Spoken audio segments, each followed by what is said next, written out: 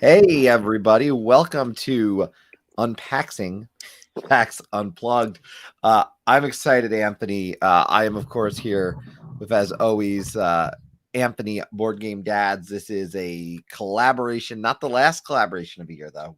We'll be back, I know, with another one. But we're here to talk PAX Unplugged, and I'm excited about this. I know you and I both got to attend, though we really only got to do a few things together, so I think we've had some pretty unique experiences, it's fair to say.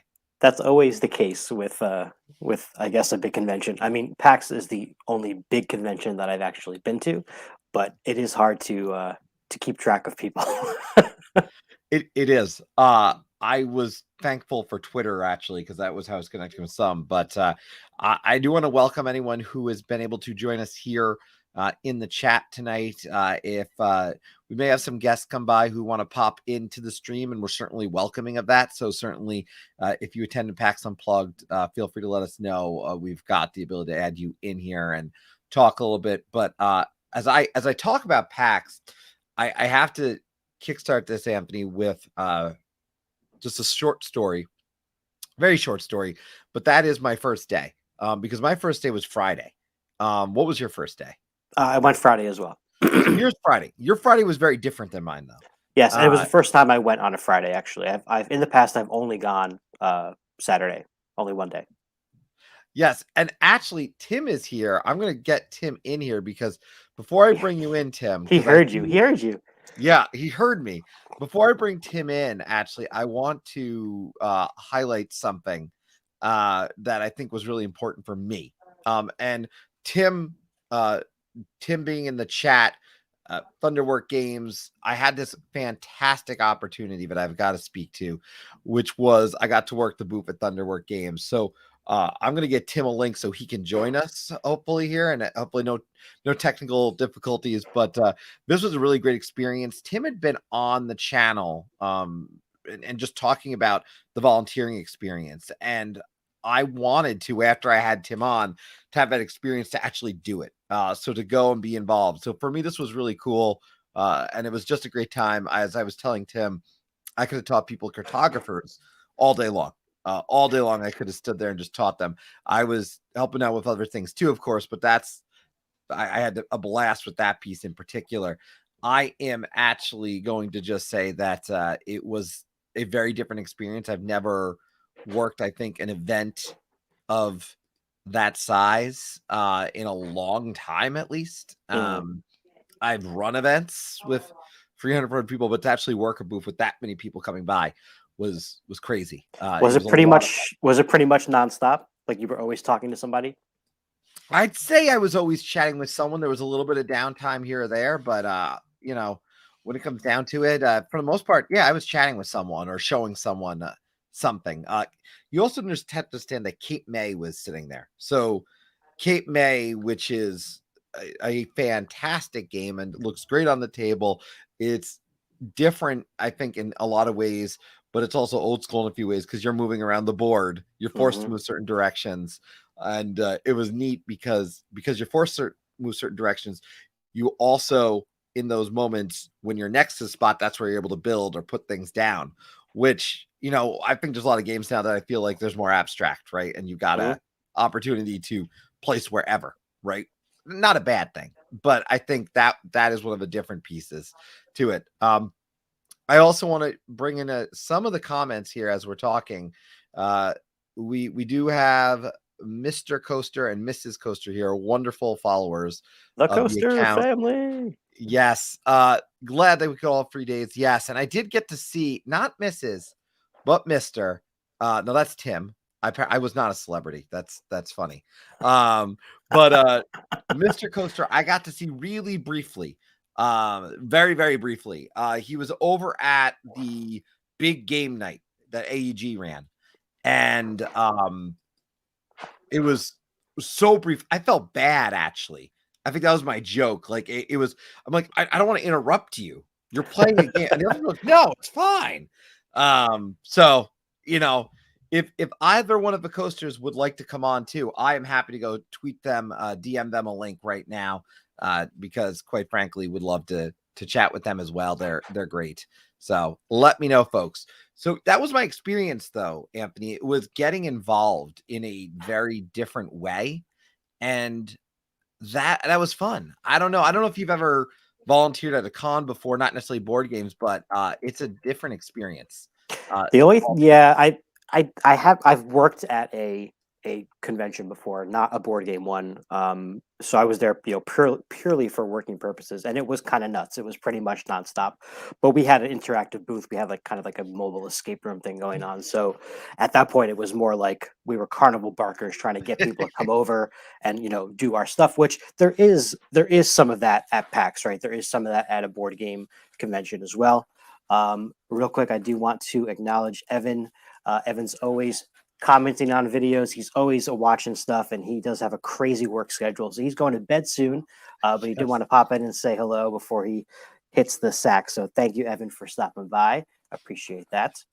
Yeah, and it looks like we've got our family plays games here. I want to make sure I do say hello. I had a great opportunity to chat with everyone. In particular, actually, I apologize if I apologize if I sold your son on buying a hoodie that's Captain America, because it was, or the Avengers one, because I showed him a website. Because like, where'd you get that? So that's on me. That is definitely on me if that happens. And I apologize for that. It was a cool hoodie, I know, but I'm also going to drop a link. I'm going to drop a link for those of you who are interested. If you did attend, I'm going to ask if you attended, but I have a StreamYard link that I just dropped, that if anyone is interested in coming on and chatting, sharing their experience, we welcome you to come on. This is a family-friendly show. Everyone's welcome. We would love to hear what everyone's experiences was. So please, if you're free and watching and able to jump on. I know a few folks wanted to join us, by the way. Some had childcare, other stuff going on, or working. So there was a few folks who did express their the unfortunate fact that they couldn't join. While we wait on that potential, I do want to share one thing, Anthony, because one thing that I have to talk about today, this is like really critical for me.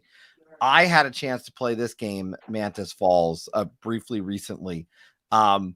And I got to experience this briefly, the explanation of this game at PAX Unplugged. Mm-hmm. This blew my mind. Just up front, this blew my mind. And I think you know how I feel probably about the idea of, okay, hidden traitor or who's the bad guy. I don't always love it. This is the first game in that genre that I got excited about. But how many kind of games like this do you know of that are 2 to 3 players off the top of your head? Yeah, pretty much none. Yeah. So this game by Distant Rabbit Games blew my mind. I was standing there. Jeremy Howard was actually standing next to me listening, and I know he was talking on Man vs. Meeple the other day about this game as well. And you could hear the excitement from him when he was talking about it. I was really happy to hear that I felt the same thing. The art in it is really neat. It's visually interesting, but this also came with a ton of modules. So like I have the box here. I got to pull this out. I got to pull this right now because this was crazy in my view. It's got all these little baggies like this. Like this is the Under the Rose. This is Triad. Here's Full Circle expansion. I'm pulling all these bags out, right? It looks like Tim is popping in too, so I'm going to add him in a moment. But this is the action card. Like it's all these, and here's the best part. It came sleeved, right? It came with sleeves. Wow. And then this is the board. It's gorgeous, absolutely freaking gorgeous. I'm excited. I'm throwing things everywhere. I don't know what's going on. But before I let Tim, I got to show you inside of this box. Even the inside of the box is beautiful. But the game is really, really interesting, really fascinating. It's on my top list right now. But I'm going to let Tim in here and bring Tim into the conversation. Tim, how you doing? Hey, I'm good. Can you hear me? Yeah, I hear you loud and clear. Awesome. Sorry, I'm don't have the camera hooked up, so you'll just have to look at my avatar. I'm not. I didn't have makeup prepared, so. No, I appreciate you joining. I got to ask you, because over at Thunderworks, you had Cape May going. What was the reaction to Cape May? Because there's so many people coming by to play it, and I know people were excited. Literally, as I was working the booth on Friday, I was thinking about the fact that the game was arriving at my house on Saturday. Just as it was haunting me, actually, I would say. Well, I mean, we should have figured that in Philly that Cape May would be a game that would really get a lot of excitement, of course. But we're here in the Midwest, so we underestimated that. But it was really exciting to see the reception that people who were from the East Coast, who had been to Cape May. I had somebody walk up on Saturday, point to one of the spaces on the map and say, "I live here." And I said, "What?" Man, that's cool. Yeah, I live here, and I can't remember the street name again, but he was like, "Yeah, in this corner." I'm like, "Wait, you actually live there?" He's like, "Yeah, that's where my house is." And then he says, "I got to buy this game." So just sight unseen, he hadn't even played it. I was like, "I have to have this." So there were so many people who came by and said, "Hey, we got engaged there. We had our honeymoon there." And so, in addition to it being a great game mechanically, I mean, people had a lot of emotional ties to the theme. So that was exciting. I know the designer, Eric Masso, who designed it. The reason he made the game was because he has a love of Cape May, New Jersey. So it was pretty exciting to see people connect with it. And boy, we sold them all out. So that was good.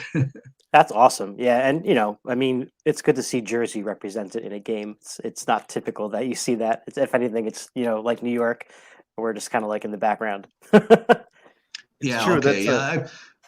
I want to be a positive reflection of New Jersey too. Yeah. That's the thing. Jersey gets represented at times, but it's probably not positive. Well, I when we were play testing it and finishing up the production, I kept calling it Jersey Shore, the board game, which Keith hated. It's not Jersey Shore, the board game.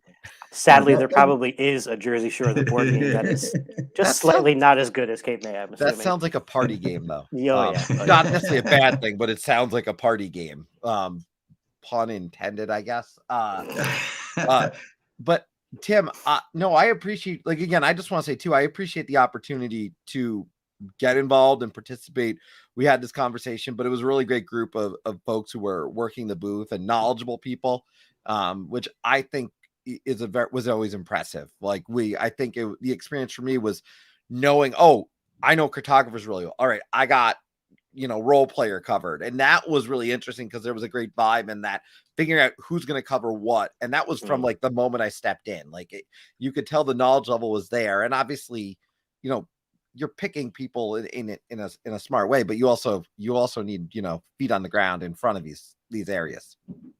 Well, we appreciated you putting your money where your mouth is after we had the conversation about what it takes to work at a con. So you decided to jump right in feet first and give it a go. And you did a great job. And we really appreciated the help. I mean, as you saw, and as anybody who has ever worked a publisher booth or any retail booth for a convention, it's like drinking from a fire hose. It's, straight on 8-9 hours worth of talking and people just coming at you. So, it's a lot of fun, and it's great to meet people who love our games, who are excited about them, and to have you, like I said, you're our first celebrity content creator to work the booth. So, it was you drew in your fans. That was great. There was always a big group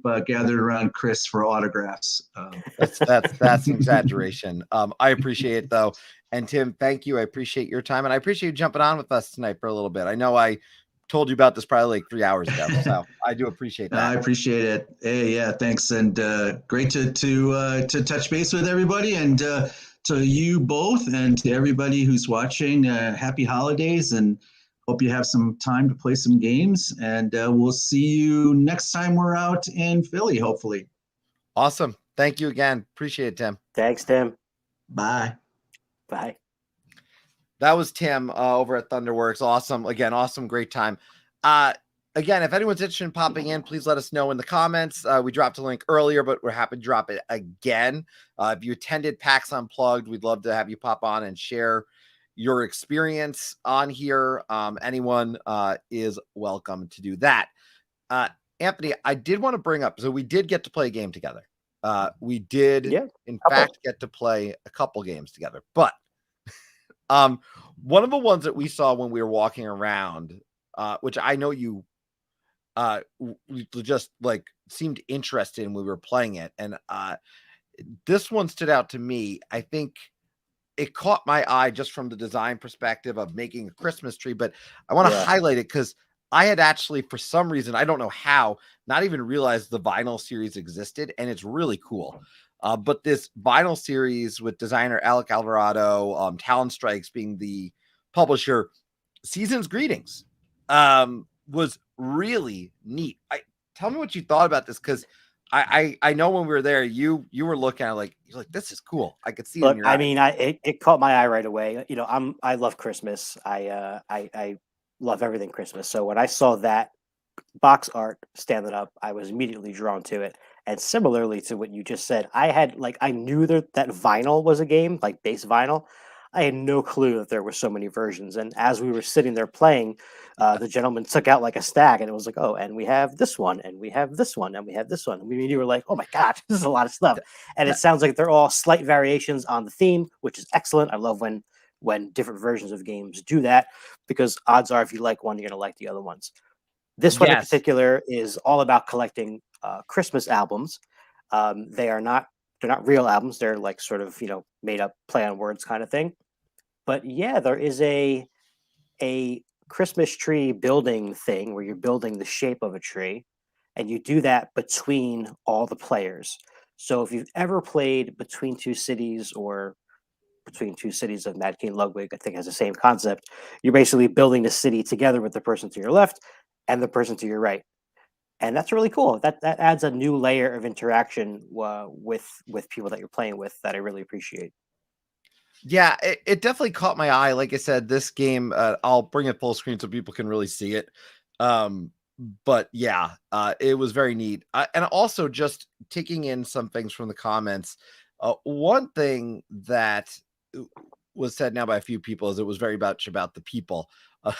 One comment from Mr. Coaster stands out to me. Oh, that is not the one. Mr. Coaster, you had another one in here. Hold on. Here it is. Finding people is all game based, and it was because everyone was so busy. It was like everyone was all over the place. I know I was trying to get to the pub room. I was lucky enough to catch some people in the media room, but like trying to find people was just like there was so many people I didn't get to see. Actually, one of the funniest things, and I saved this. I had this slide a lot of the slides I have. I didn't want to focus on slides today. But one of the slides that I did have, I'll just share really quick, because if you look at this slide, I was really thankful for meeting everyone, and I'm grateful. But all the way on the right, I actually end up running into one person, and you can see our photo there. And it was just like first thing in the morning, and I'm sitting here going, I watch her videos all the time. They're hilarious. But we're sitting down, and I sit down at the table to like potentially just try this game out, and she's the one right there. So we played a little duel, and the game is slipping my mind. It's going to come to me and go pull it out. But it was this cool little duel game that they have like 20-30 characters. Someone remind me about this, because I'm going to go check on it in a sec. But that's how I started Saturday. So some of it was lucky. And then in the middle, and this, you want to talk about amazing. Risa is in that middle photo. And for those who don't know, because I've been talking about it on Twitter and it's so easy to miss things. Risa and I went and did theater when she was 12 and I was 16. Oh, wow. 20 years later, we meet at PAX Unplugged. it was so cool. And that was just really neat. And our family played games here with a really great comment. We need a more coordination for media influencers and just a general meeting space or some kind of way to get people together. And I agree, that was really neat. Yeah, When I did if see anybody, people. yeah, it's tough. I mean, it's a huge convention center. Obviously, there's different places. Like you're never going to see everything all in No. one time, obviously. And to Mick's point, and I watched Mick, I watched your and Starla's video about what you liked and did not like about PAX. Chris, you have a cameo on that one too, so check that out. And one of the things that they did not like and agree totally with this comment, it would be nice if there was some sort of central meeting place that was designated for that. You know, Yes. for one, to your point, the logistics of it would help that, right? Like everyone, you can see these people who make videos are going to be in this general area at this time. And as a content creator, if you choose to participate, you go there. If not, you don't. But also, you know, it takes a little bit of the anxiety, or it would take a little bit of the anxiety out of it. I know me personally, I enjoy talking to people, but when I'm in a large environment like that, I tend to like shut down and not You go take into a that turtle step. shell? I Like really do. I do. Like, I'm not going to mention names, but there were a couple of other content creators who I saw in passing at PAX and did not approach them because they looked like they were busy. And I know everyone always says, I don't care if I look like I'm busy. Come up and, say hi. And I just, sometimes I just can't do it. Well, But if it was like a set thing, I think it would be a little easier for someone like me. and I think what's interesting is we were playing games. We could talk to a few of them. I would love to ask because we've got a really active audience right now. I'll repeat, if anyone does want to pop on with us, let me know. I'll repost the link so you can join in and share your experience. I know some people over in the Unpub room, which I didn't get nearly enough of. But I want to know what everyone's favorite or standout game or two, that surprise game even. Because for me, I've already talked about it. It was the game that's all over the place. I may as well just throw things around because they're all here. But that Mantis Falls like blew my mind. I don't know what it was. It got me. That and Kabuto Sumo, which I played plenty of Kabuto Sumo. I played a lot of Kabuto Sumo at PAX Unplugged. I don't know if you had a chance to actually play it, but that game is fun. It is a blast. I did not. I do remember. I forgot who the designer is now, but I do remember seeing their Instagram or their Twitter actually back when they were first designing that game. This is a few years ago now, so it was really cool to see the evolution of that. I would see like their prototypes and things like that, pictures and playtesting, and now it's a real thing. So that's got to be a good feeling. Yeah, we do have some choices here. The Bearded Meeple says my surprise game was Whirling Witchcraft. I didn't get to try that, but I've heard good things about that, so it's nice to hear that. And then we've got Mrs. Coaster saying Spill. Is that right? Yes, Spill. I loved it so much. So there's some right there. Again, keep them coming. And as I said, if anyone wants to pop on in and share, more than welcome. I'm trying to find it. I do have a great photo, by the way, for those who don't know Kabuto Sumo. Here's a nice look at it. Kabuto Sumo. This great dexterity experience. You've got these powered up characters that have a lot of different capabilities. And it's neat because they have like the junior cards, right? So you could play with juniors and they'll give you more stuff to start. That said, for the most part, even since I came home with it, I actually was sent there to buy it for Ryan, who people have seen on this channel quite a bit. That's why I was initially seeing it, and then I ended up buying it because I fell in love with it. So I did really like the way that I forget which booth that was, right? Where Kabuto Sumo was, there was also, I think, Mountain Goats was there and Sequoia and a couple of other games. And the way they had it set up for demo was there was a table with the game and then a little bit of a sign. And the tagline just had, it was the name of the game and then a real short tagline of what the game was. Yep. And for Mountain Goats, it was like, King of the Hill with 3 mountains or something. But seeing that stuff as someone who's overwhelmed by things or doesn't know these games, that gives you the perfect opportunity to decide in your brain, I'm going to go up to this table and check this out or not. So, while we're on that subject, were there any booths specifically that you just really enjoyed the way that they had their stuff set up or their display was really nice looking? I think some do a good job with it. Pandasaurus Games in particular had stuff out in a reasonable way. They also had a big stack of games that drew your attention. So I thought overall I was able to find stuff there, try things, and they always had someone kind of ready to do it. So I thought did a great job with it. They stood out to me. There was some that were thematic and they weren't selling games even, but they were so thematic. Like there was a tavern place that I don't even know that I was interested in the product, but the setup with the tavern, they were even dressed to it. Like that grabbed my, like if I was in the mood for that product in particular, I would have been running right to it. And the place, it slipped in my mind where you could buy all the different types of coins. It's not coming to me. I know we were there. We were looking at it together. I forgot to. Yeah. And then I don't know, that stood out to me. We did have some other ones that came in, by the way. I do want to share. We like Cape May and Merchants of a Dark Road. Both look great. Obviously, I stood around Cape May for a day, so I know quite a bit about watching Cape May.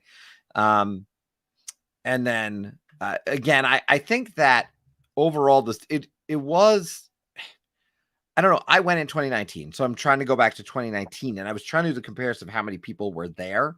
You definitely were missing things. Like I know I was missing Renegade games. I was, because I love their stuff and I always like to buy their promos. So I think that's probably why I was missing them. Dice Tower was not there this year either. No, they were not. Bearded Meeple, speaking to that topic, the Inside Up Games booth and the Thunderworks booth was great as well. I mean, I agree on both of those. I might have underappreciated also the Thunderworks setup because I was there all day on the Friday. So it's kind of hard to kind of think of it from an unbiased perspective. It was a strong setup. But yeah, those booth setups are really interesting because how do you do it? How do you get attention? Final Girl looked really bright and vibrant. Like you could grab that from a distance. Like you saw it. The Jurassic Park game had a good setup too. Yes. I mean, the Jurassic Park game certainly did. I actually believe I've got a great shot. I don't know. I didn't get to play it. I'm interested if anyone, maybe Mick did, but I'm wondering if anyone actually had a chance to play this. I did not, because I neglected to sign up for the media opportunity for it because first time, rookie mistake. Oops. But you could see some of the pieces from that were out on display for everyone to see. And you want to talk about hyping. I mean, that's what this was. People saw parts of the game and they were talking about the game. Certainly it sounds really interesting. I did get a chance to talk to them a little bit and hearing how they're going to stretch this across the 5 stories, not the new movie that's coming out, just to be really clear, but they're stretching it across. And it's still going to be a playable game at the end. That I wanted to confirm. I wanted to get something out of this. And they did confirm that. It's going to be a playable game at the end. So I compare it to, I guess, like a Clank Legacy. I know at the end is a playable game. I'm assuming it's something along those lines. I'm not sure that you're ripping things up or anything. It's I think not meant in that way. But this one definitely, I mean, you talk about grabbing attention. It grabbed attention a few days before when it got announced in the first place. Right. So that one, but I mean, it looked cool. They did have the board set up behind. So if you had signed up as media or content creator, you were able to get there. That was certainly one. It looks like some folks also, by the way, talk about Dinosaur World. Mr. Coaster saying wanted to try Dinosaur World, but I didn't get a chance. I've heard wonderful things about Dinosaur World, Anthony. I don't know. I've only heard positive things too, and that it's just a much more streamlined version of Dinosaur Island, which I've only played once. I enjoyed it, but it was definitely a lot going on. I also played like a 4-player game, and I think 3 out of the 4 of us were first timers at that game too. So it took a good bit. So I'd be interested to check that out as well. I do got to bring up this one because Pandasaurus came up a little bit between me and then in the chat. But the other one that I got to check out that they had on display was what's coming in. I believe they said March. I think they said March, but I know it was spring. But this Skull Canyon Ski Fest. This looks cool. Well, what I loved was the description of it was They said it was, oh my gosh, it slipped my mind. Oh, so the end game, the end of a round is more like parks, and then Okay. the beginning is like Ticket to Ride. So it's like Ticket to Ride and parks combined. So I think that was interesting. This one looked like a lot of fun. Again, bright, vibrant on the table. I tend to trust Pandasaurus Games. We do have, and I got to talk about this. We were excited about that time you killed me. I have gotten this to the table now since, because I did buy it. I love this.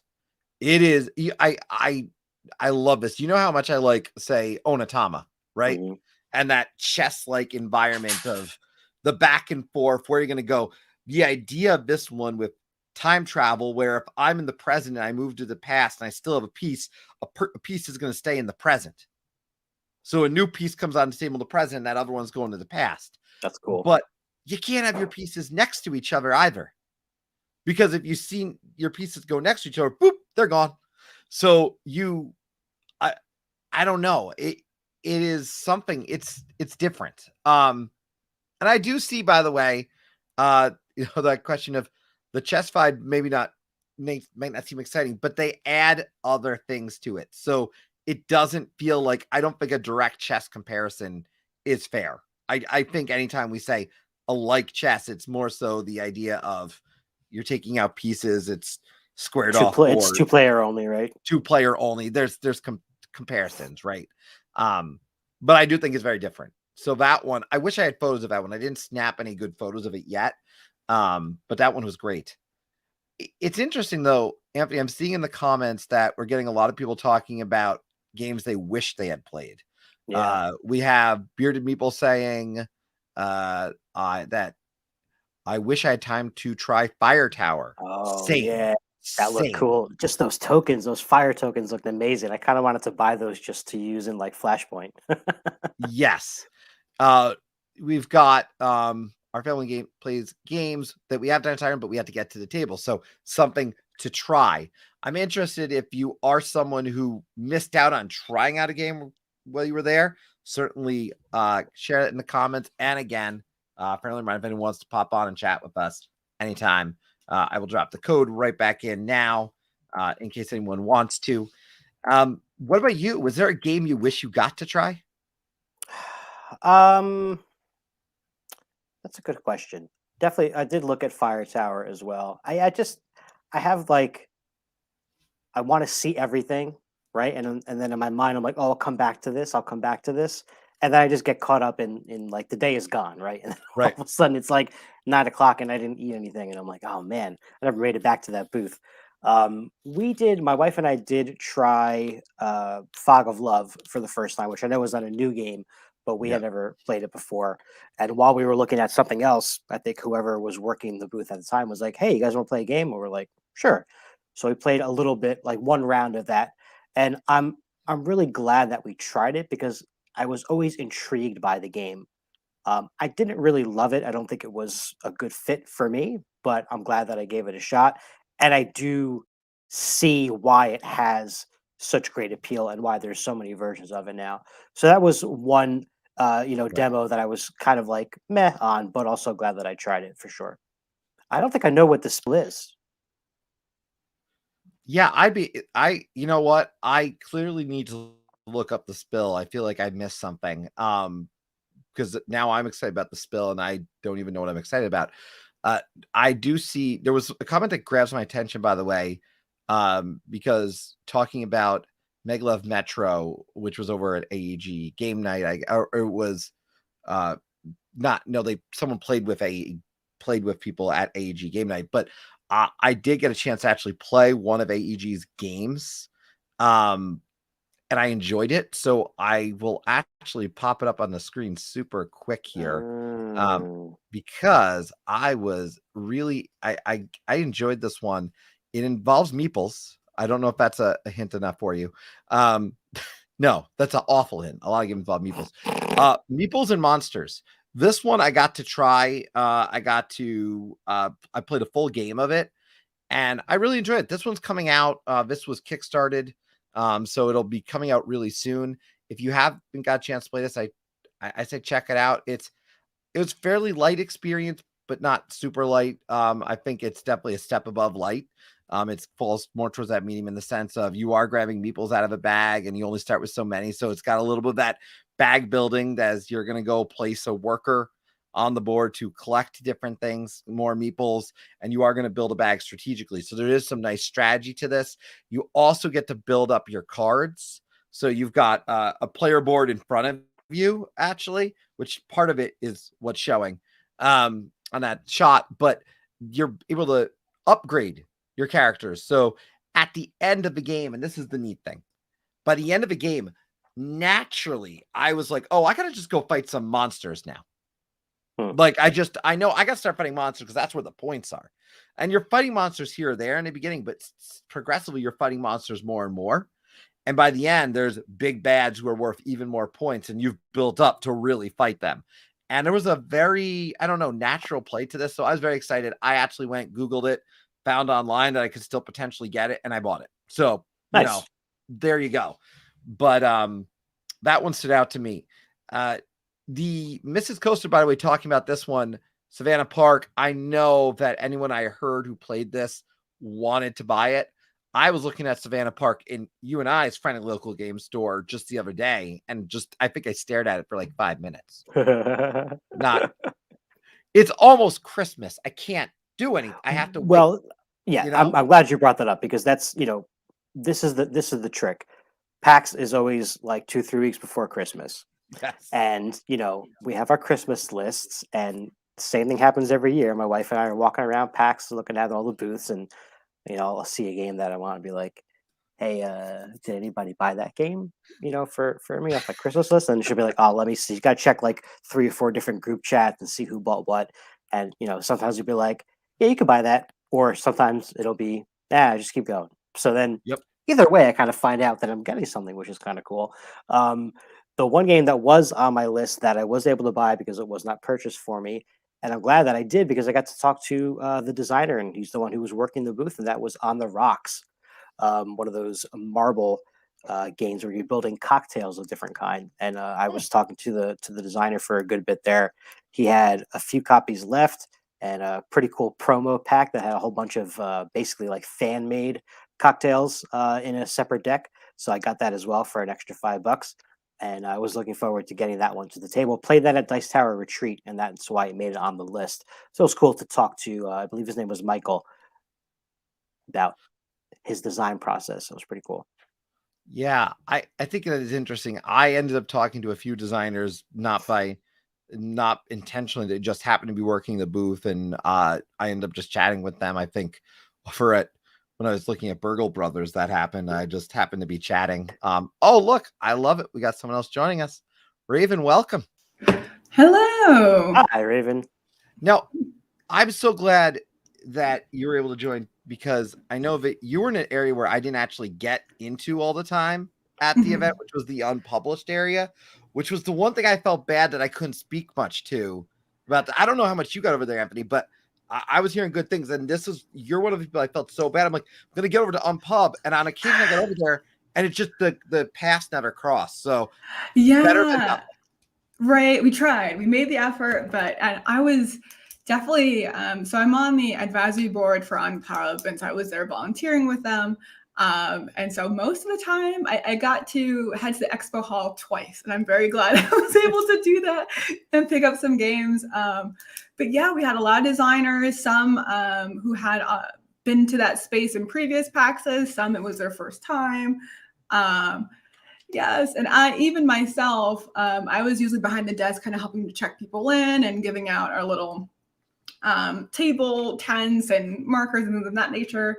I played a couple of games. I had a table Saturday afternoon and was able to play test a fellow designer's game once. Some other volunteers were able to kind of float a bit more and play test it some more. But definitely next year, I think I want to try to be able to play test more games while I'm in that space, because there's so many different themes, different, a lot of short games, a lot of, I think Julio was there and he had his, I don't know what it's called, but his game with there's a giant tree and rubber bouncing acorns. It's all there are a lot of really cool 3D printed games and roller, you name it, essentially it was there. So it was a lot of fun being in that space. But apparently you were hiding. I wasn't, I swear. And I was on the lookout for you guys. I was hoping that we could meet at some point, but I guess between schedules and everything. Well, it's interesting. I think that's one of the things, and I know a bunch of people who have been popping in here have channels, and it's a giving space, right? And we try to give each other the time we can, but we're also, when we're at the event, we're also trying to take information in, connect with people. So I think was also part of the challenge for some folks. But it's not an excuse in my book. So I apologize for it. But the Unpub room, can you talk about the importance of it because some of these people, I mean, I just think, I mean, it's so critical, like that they get their games out. Large crowds too.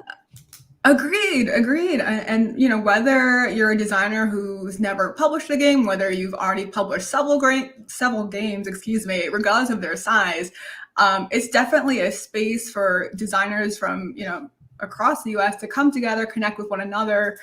Publishers are also in that space, and so games have been found in the unpublished game space. We also have people who are not involved in the design process at all, who come in and who are interested in play testing. So from a feedback perspective, it's great to be able to get that from hobbyists, from casual gamers, from fellow designers, and from potentially, there's a joke going around that you can meet your heroes in the unpublished game space. And so you might be playtesting one of your games or playtesting a game of a designer you really look up to. And so, yeah, we're really happy to be at PAX Unplugged. We're at several other physical spaces, and then knock on wood, Unpub actually has its own convention. It's going to be May 19th to 22nd this year. But yeah. Well, that's awesome. That's really good to know. Well, I will say a few things in the comments. Something about it's almost like daunting to walk into that room, right? Like, and see, like, there's so much, a lot going on. Yeah. and some impressive games, and games that probably we may hear about later, you know. And so that's, I think, the neat part about it, which is why I feel bad, especially because it's so close, because it's like it was right the pathway by leading up. Yeah. Like it was right by CEG. So it's not like you right next door. It's not like you walk out of the CEG and it's like right there. It's like, oh, just take a right. Essentially take a right and you're kind of right there. Go on in. That's right. That, Anthony, if there's a lesson learned for me, that's what it's going to be. I got to get in there next time. I feel like you have to, and this is, I'm sure everybody says the same thing when the convention's over, right? They're like, next time I'm going to do this. I'm going to schedule, you know, this is for Sunday and this is Friday. I'm going to do all this. And it just sometimes doesn't work out that way because, you know, you wander and you bump into someone and then butterfly effect and it's all downhill or uphill, whatever. Right. Agreed. Well, look, I really appreciate you popping on with us. Was there any really neat experience or anything that stood out for you this year? I mean, Unpub Room or not, that's just, you know, made this event, you know, stand out. Because it was, again, I kept thinking about it, like, it was 2019 and when I went, and then we didn't have one. So this was particularly special coming in and connecting with so many people who I had, such as yourself, even here, who we've talked on Twitter. It feels like more of an ever. And now many of them, like, I remember running into Isla and Tyler and actually ended up playing a game with them that was unpublished. And some of these experiences that I didn't anticipate, you know. So what was it for you? What that made this PAX Unplugged? Right. For sure. I think for me, so I've been into board games for a while, but I didn't get into designing them until 2020. And so I hadn't been to a board game convention before. So PAX was my first time at an in-person board game convention, first time in an in-person Unpub space. And the first time meeting, so similar to what you've mentioned, I had a couple mentors to the Tabletop mentorship program. I met my first one ever for the first time in person. And it was just so nice to connect with him, with other designers I've been connected with on Twitter, whether it's, through mutuals or through content creation or through all these playtesting Discord channels that we have. And so it was just so nice to be able to meet people in person and chat with them and connect over board games.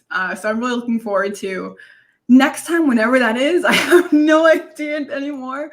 But thanks again for letting me pop on and chat. Oh, of course. As I've said, anyone's welcome, especially when we have something open like this. So please, thank you for popping on. We really appreciate your perspective, in particular in that Unpub room, where it sounds like a lot of us owe a visit next time, not just me and Anthony. So, right. so see you next time. For real, next, it's on video, Anthony. So there's visual, there's visual evidence that we said it. So, or at least that I said it. I don't know if you officially said it. Anthony's like, I will neither confirm right now. Awesome. Bye, guys. Bye, Raven. Thank you. Awesome. I appreciate. I love people jumping in. It's really so wonderful. This has been a lot of fun for me, Anthony. I do want to speak of fun. One of the topics that does come to mind is those games that are not necessarily new, right? But they come to the table because of the PAX Unplugged library. You and I did play one, and I was awful at this game, but it had that. I wasn't much better. No, you weren't much better, but you were better than me. But it had that Bear Park comparison, and that was Llama Land. And it was such an interesting little game, but I wanted to talk about it just because it was fun. I enjoyed it. Honestly, if the game was there at the convention at a reasonable rate, I might have jumped on it. Yeah. But we did get a chance to play this. I will tell people, if you play Llama Land, do not stretch your board out really far. It's a bad idea. Yeah, I don't know what I was going for with my board. That's my board that I took a photo of, which you don't want to do. Yeah, very interesting polyomino, tile laying building type game where it's like you said, it's not just out, it's up, because a lot of these scoring conditions or contract fulfillment kind of things involve things being at different layers, which is pretty cool. But it does add a whole lot of AP if you're going to look at it for a while. And Liz, those llamas are cute, I know, but those llamas are trouble. Because you put the llama down, you can't put a piece there. And all of the polyominoes are weird shapes. There's not an L. Like I keep saying, okay, I want an L. No, there is no L. There's the 2 over, 2 down, 1 over. Like you don't have I think that was the interesting thing about it. It really did make you think. Plus, you're trying to pull cards to get these down. So you have to have 3 of a certain card. So it was an interesting game because you had the card play that was taking place with these games, and then the actual building. Because when you laid the tile down over good, you collected it. But this was one of those examples of, I had no clue about this game and its existence. It's not going to be on the hot list. You know what I mean? Mm-hmm. So for me, that's the excitement of that, having access to that library. I mean, and I don't have a small library myself. I've got 150, 175 games down here. But holy cow, it's so easy to miss. Oh yeah, the games that are out there. Just think about how many new games we discover. But any other games surprise you earlier that I missed, because you played a bunch of games probably that I was not aware of. The other one that I demoed early on, and then friends of mine who I was there with, Steve and Mariella, ended up purchasing it. And we played it at the brewery briefly as well. That's Duple, which from the same makers of Anomia, which is a party game that we like a lot. If you're not familiar, Anomia is a game where everyone's going to have a card in front of them with a category and then a symbol on it. And you're not trying to name things in your category, but you're trying to name things in the other people's category that matches your symbol. So if that person has a triangle and you have a triangle, you want to name their category before they name yours. Duple works a little bit different, takes this extra step of including certain letters in the words, and it makes for a lot of crosstalk and a lot of, you should be saying something because your symbol's over there. And it's like, I can't think of a word that has, T and L and M in it. That is, a famous sculptor. So it was an interesting one. I like those games where you can just bust them out at the bar, at the restaurant, because they're just cards, and that's exactly what we did at the Ironworks Brewery right across the street from the convention center. So Duple was a pleasant surprise for me. I also got to play Fantastic Factories, which I'd never played before. That was pretty cool. Yeah. And then later on, this was not at PAX actually, but I did get to play Picture Perfect finally.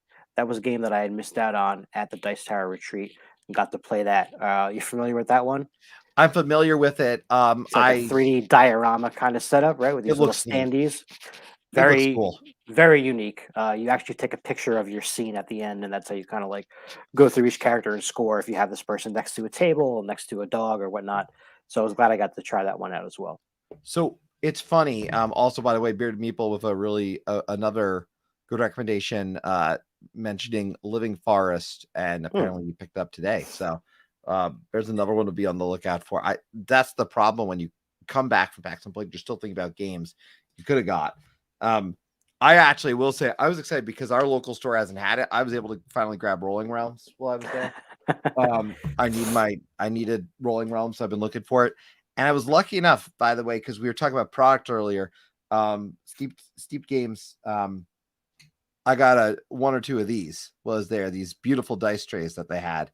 These nice. I love the interior design of it personally, but I got these, and my kids have been rolling dice in these. Not even playing games; we're just rolling dice. So it's fine with me. Awesome. They want to.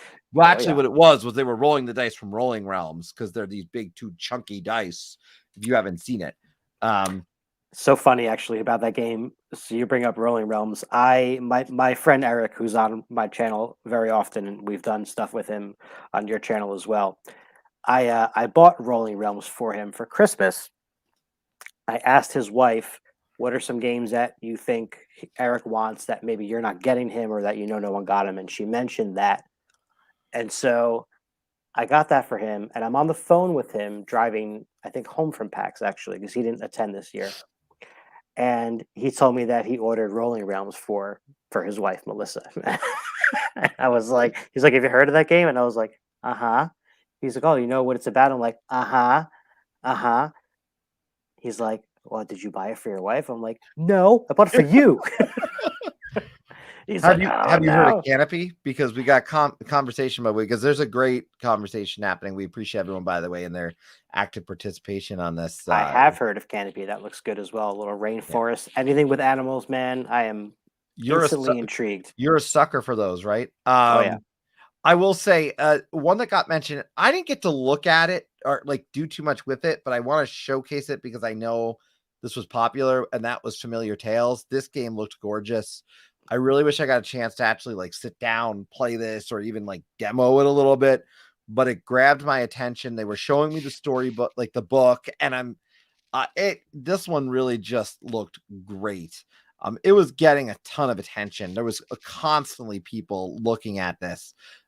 So they were really busy over there. So that was part of the reason I didn't get much opportunity to look at it, but this one grabbed my attention. Plat Hat Games always doing a good job. Actually, well, I was playing Meeples vs. Monster.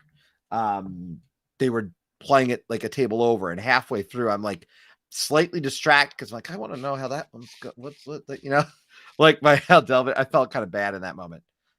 Hey, that's natural. Listen, that happens even if we're at Time Warp playing a game and someone's playing a game next to us. Every once in a while, I'm like, oh, I wonder what's going on over there. Yeah. Well, go check out Our Family Plays Games because they did a preview for it. So if you're looking for more info on it for Familiar Tales, definitely head on over there.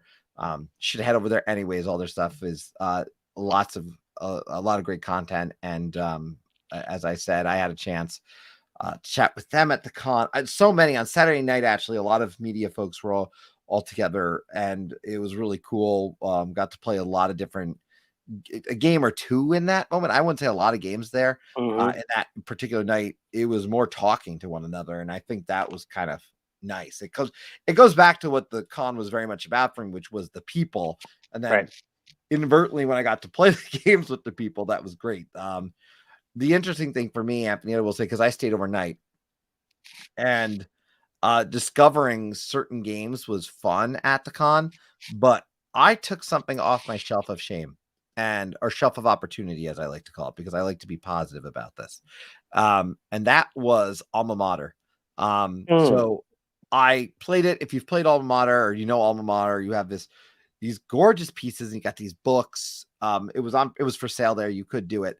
And then you have a very tight economy in this game, and that board is not showing here. This is the player board, but you're essentially buying and selling books. You're trying to make your books the most valuable. When you are highest up the chart, your books are the most, people are going to want to get them from you. So what's neat in this game is you get to set the economy. So even for certain characters, when you're the first to say buy a professor, now the cost for that professor is based on the cost that the first person paid. It's so tight though.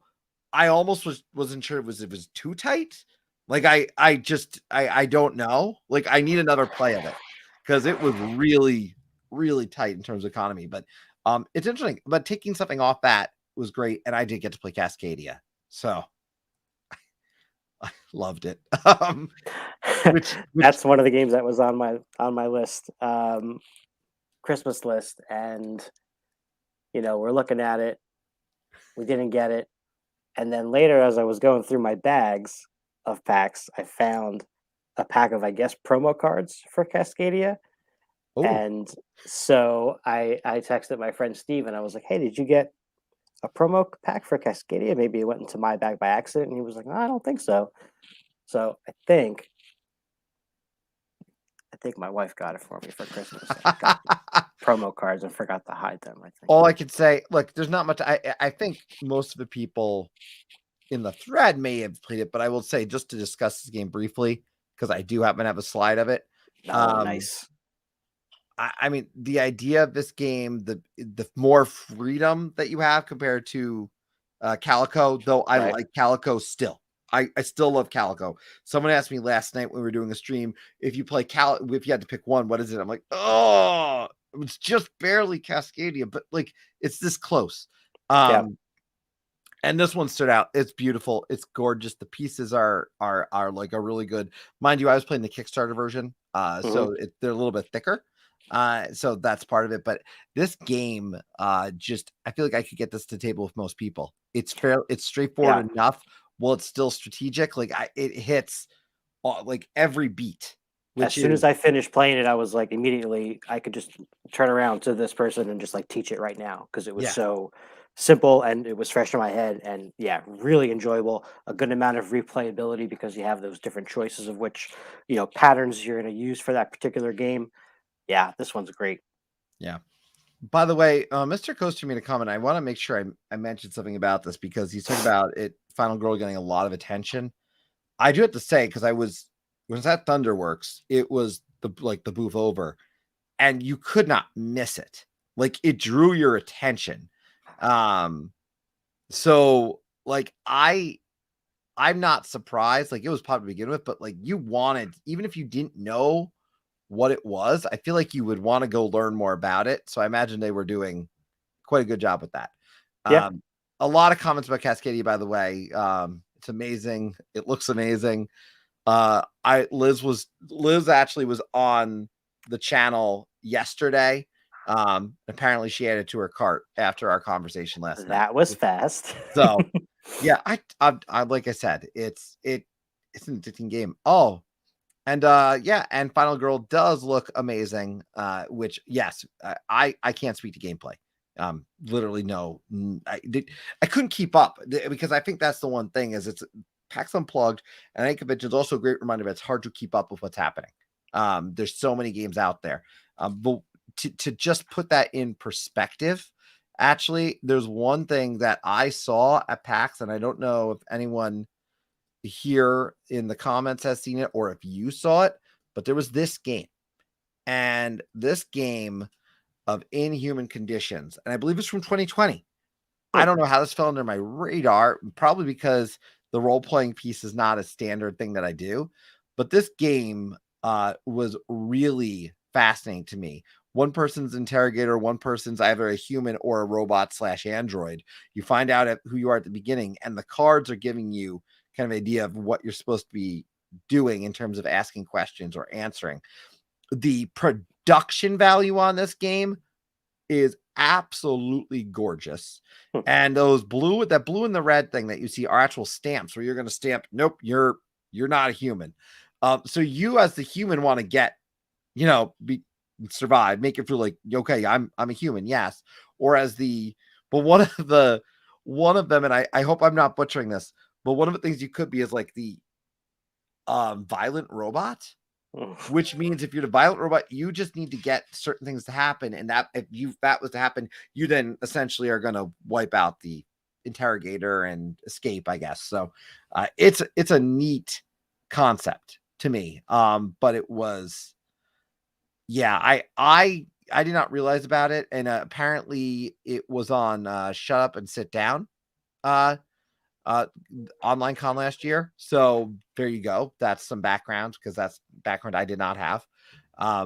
But caught my attention. If you take a look at it, I will be playing a copy of it locally. Someone not in your town, actually, else that I know was there, and I actually know that they have it. So we're gonna play it eventually. Was that PAX? Yeah, they were at PAX as well. Oh, yeah, also named cool. Chris. So which, funny enough, we met for the first time in person in Philly, not locally. So, okay. Weird how that happens.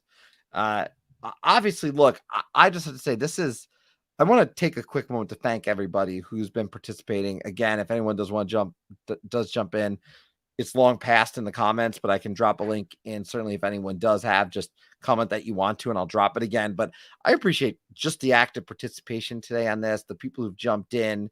It's really been a lot of fun, and it reminds me of why PAX was so much fun, because it was getting back and being with people. I thought they did a really good job. Overall, I won't dive too much into it. I'd say I thought they did a good job. I thought, I think perspective, overall they managed this, and there was a lot of people there. Maybe not as much as normal, but there was a lot of people there. Definitely less. They have their staff, their enforcers, they call them, are always doing a really good job. You're never really lost there, and if you are, you get the help that you need. If I had one knock, and this probably has nothing to do with the convention coordinators themselves and more of just the convention center, the bathroom situation was pretty atrocious. Yes. And I can't speak for the girls' room, but it was hard to dry your hands. I will say that. There were just piles of paper towels, but not in the dispenser, just next to the sink. So like, you approach the sink and you look to the right, and there's this pile of paper towels, and the bottom half is like kind of like wet already, and the top half is like, half taken off and strewn. And it was kind of nasty. I didn't know which ones to pull from. I don't know. That was my one knock, and again, probably has nothing to do with PAX itself. But in terms of the convention center, get your bathroom situation straightened up by next year. Yeah. I am interested if anyone had a really great experience. Certainly, wet paper towels to dry your hands. It was surprisingly counterproductive. I would have taken the blowers. At least the blowers are nice, right? They don't have to touch anything. Well, I like the ones at the movie theaters where you just go up and down with them, like yes. Yes. I have to make sure I do call out one thing, because Koozie Games is there, and he came out.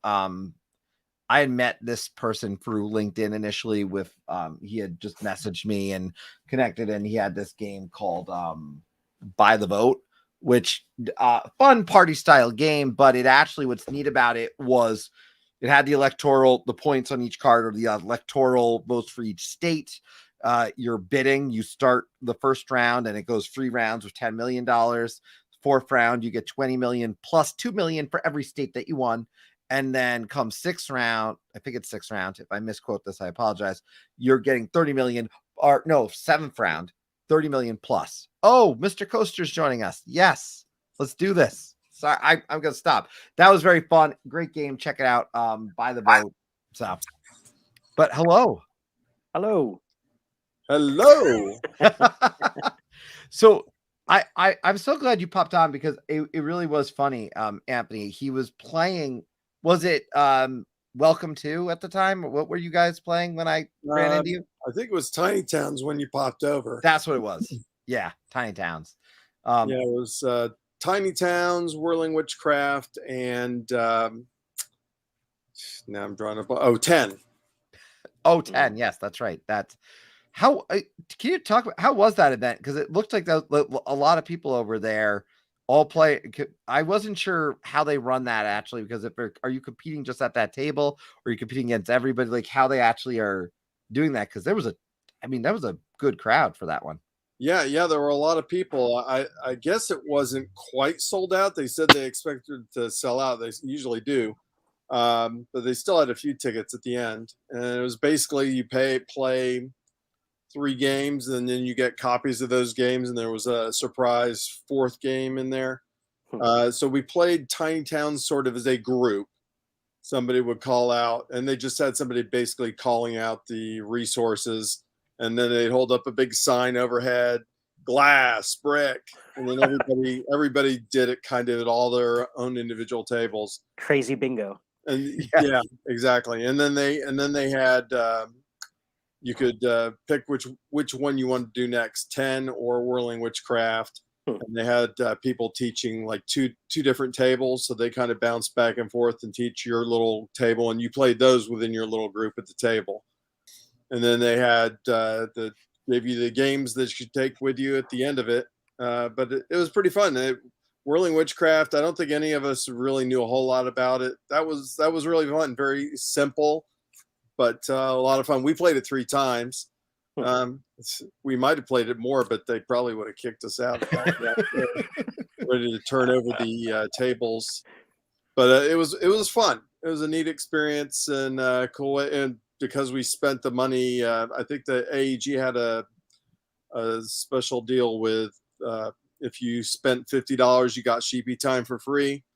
So nice. We basically on top, and the AEG game night was included in that. So we spent basically a ticket for the AEG game night, spent $10 on a promo pack for another game, and ended up with Sheepy Time as well. So ended up getting 5 games out of it.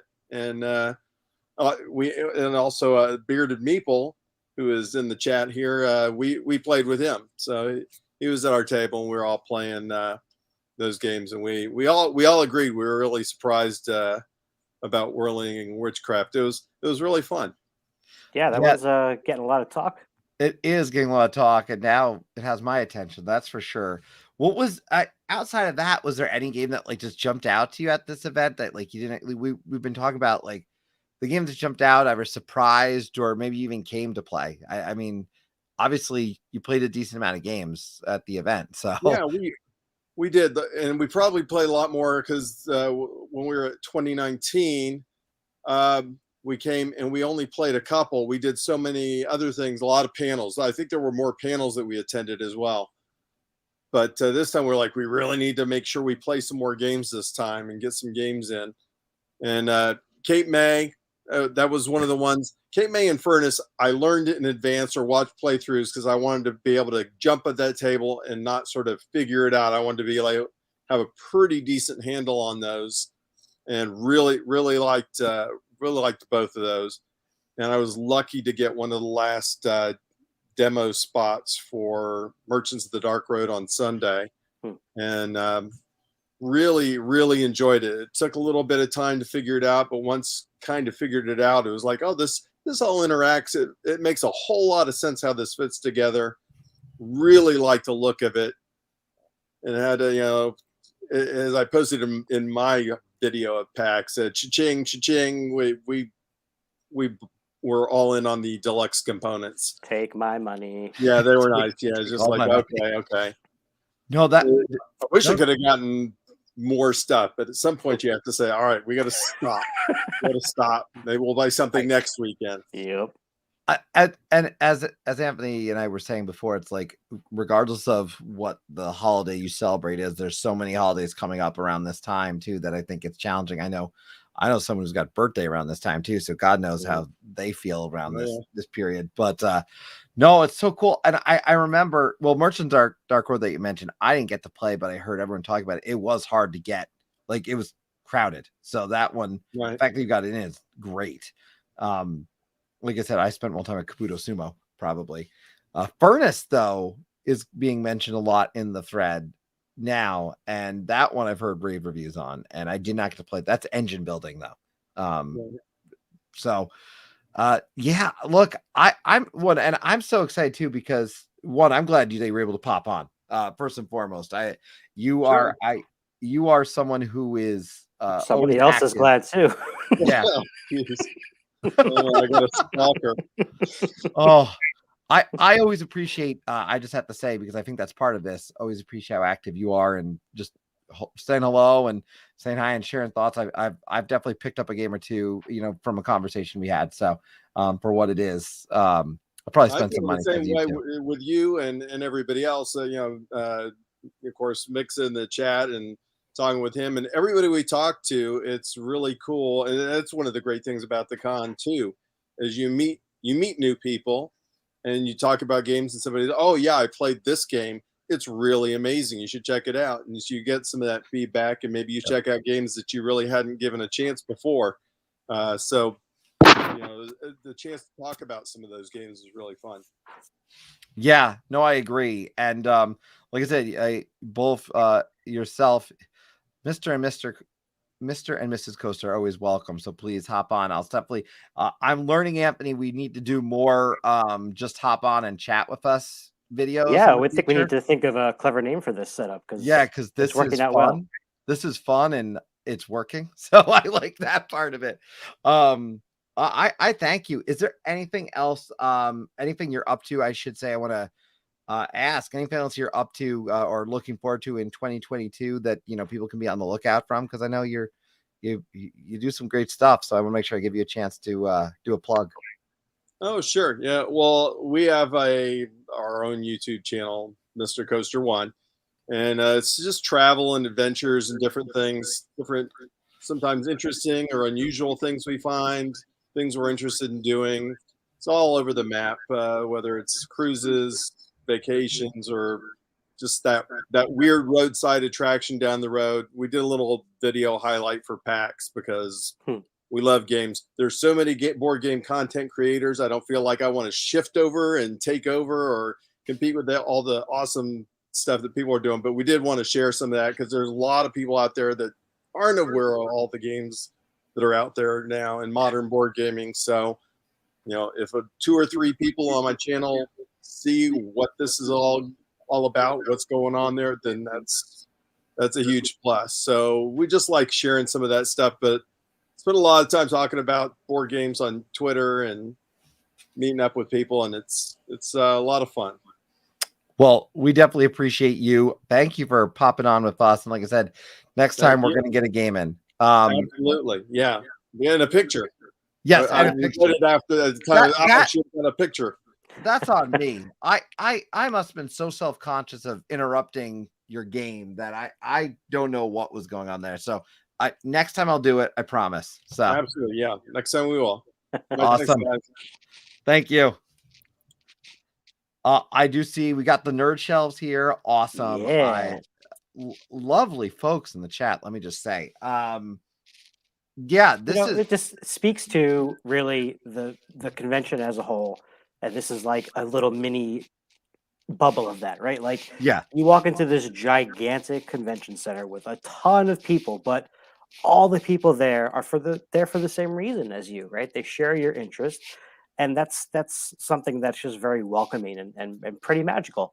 And it's awesome that it continues into the the virtual realm like this and continues throughout the year. So to your point, I know your goal in 2022 is keep making those connections, get more people on, more collaboration, and I'm right there with you. Hello, hi, Judy. Yeah, and yeah, definitely. Like I said, if anyone left in the comments has held back, you are definitely more than welcome to pop on. We've got a little bit more time here. I do want to say, just so people listening know, that we're gonna be coming back here. I guess it's next Monday. So this coming Monday. And we're gonna be talking about our favorite really moments in board gaming in 2021. That's gonna be a lot of games. Obviously, that's that's not just moments period. It's going to be a lot of just games, but we wanted to speak to it with that collaboration more so around a combination of things, which is as an example, just other projects that we did, other things that we did that relate to board game that maybe had a bigger impact, like streaming and raising money, hint. That might be one thing that I'm interested in talking about. So I think that's important, but a lot of games, there's definitely a ton of games to talk about. And what's interesting, it's our favorite experience of 2021. So it doesn't have to be games from 2021. So I think that's going to be part of the fun of it. I'm actually not going to mention Cypher Raiders of the North Sea at all. I promise. Not going to be mentioned. More video evidence of these these claims. They're not going to get mentioned. I've only played Raiders of the North Sea once this year, to be quite honest. I also want to take a moment. There's some great folks. If you're in the comments right now and you're not subscribed to a bunch of these people, please go ahead and subscribe to them, because they all should be on your list. And I know we only have so much time, but they all deserve to be there. So I just want to say that. Obviously, Anthony and I have learned a lot. I think it's fair to say, I don't want to speak for both of us, but I've learned a lot from everyone who's talking right now. I've through my conversations and all that. So I want to make sure people also are aware of that. And I want to thank you too, Anthony, because this is also in a lot of ways close to the wrap on the year. And I've learned a lot working with you. So I thank you for that. And I was glad we got to do it at PAX and experience it together from a different perspective in a way, right, than previous years. And I feel like every year feels a little bit different, and that's cool to me. I like that. Yeah, I agree. And you look at what the people, like I said, the people in chat, I mean, the voices in this chat are making such a major impact. And I look forward to where that goes in 2022. If anyone does want to jump in, I'll kind of put a last call on it. I'll drop a link. We certainly appreciate everyone being here tonight. I will say, because I did have a slide that I wanted to share. I shared it earlier. I'm going to share it again, but I think it's appropriate, and I want to say thank you.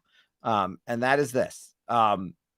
I'm really grateful for everyone who had a chance to connect with Danielle, Risa, everyone. Really, this is not a picture of everyone I got a chance to connect with. These are just some photos. I did a very poor job of taking photos of me with other people, but I'm really grateful for that. And I think that collaboration is the name of the game for me. And so I'm hoping to hopefully connect more and more with some folks out there, and let's play some games. I think that's the other thing. Part of this is I don't want to get so caught up. Like, we were at PAX Unplugged, and one of the best parts was playing those games with the people. So, and yes, Risa is amazing, Judy. You weren't here earlier. I'll put the photo back up. You weren't here earlier, but Risa and I did theater many, many, many years ago. 20 years ago to be exact. She was 12. I was 16. We did West Side Story. And so it's when we reconnected in board gaming, and I guess 2020, it's really when it happened, 2020, 21, it was such a nice connection. And I tried so hard, just so you know, to find a photo from that production. I can't. I have photos from that production, but they are not Risa and I. So, gotcha. And you do not need to see me in my costume, because I'm significantly thinner. Who did you play? I for some reason, I don't want to get, I very much disagree. Were you Jet number 4? No, for some reason it was awful. I don't want to get, they somehow made me, like, the only line I had in the play, I can't even say. Okay. That's how bad it is. Risa knows what it was. I got slapped. So if you know West Side Story, I got a role to play that got slapped every single night. That's all I can say. I should not have had the part I had. That's all I can say. It was bad. But my best friend directed the show, so I think he just put me in the worst role possible, because he just wanted to see you get slapped repeatedly. Yeah, I guess. But this was not a slap in the face tonight to have all these people join. Obviously, I want to take a moment to say again, thank you to all of you. Final thoughts on PAX Unplugged for you, Anthony. What's final thoughts? Break it down, minute or less. Definitely glad that I went for more than one day. I think in the future I definitely would want to do the Friday, Saturday again for sure. And I just, yeah, I don't know. I love it. My goal next year is to talk to more people. Yes. Come out Uh, of my turtle shell. Yeah, I think I'm gonna stick to what I said. I want to get to more Unpub. I want to get to more Unpub. I think it's important. Even just half a day, like nothing crazy, but a half a day in Unpub, and really try to talk to some folks there because I can only imagine the amazing things I missed. And the only other thing I'd take away really is the fact that I learned a lot and I appreciated. I've talked to a lot of folks while I was there who really knew what they were doing with trying to even just talk to publishers, and I appreciate those influences, and I appreciate their advice. So that meant a lot to me. I'm 37, but I just got into this. I've always loved games, but I just got into this in the past year or two in this way. So very meaningful to me to have people come and provide some insights for me. We got some other final thoughts. It was a 2-year long since I last random people who all share a common interest. It was a relief and a pure joy to be back at the convention and meet so many amazing folks. Well said. Well said. Well said. That really is that's really a great way to put it. And on that seems like the perfect note. Honestly, that's like a perfect recap. I'm going to say thank you again to everyone. Please certainly encourage you go check out Board Game Dads and the Tabletop Express if you've not subscribed. I know we'll be collaborating quite a bit, but we've both also have our unique content that we do. But I can say that we're definitely aligned and focused on really, when it comes down to it, Anthony, I think it's fair to say, really bring that joy of gaming out there and bringing that awareness to people of these modern games in our community as well.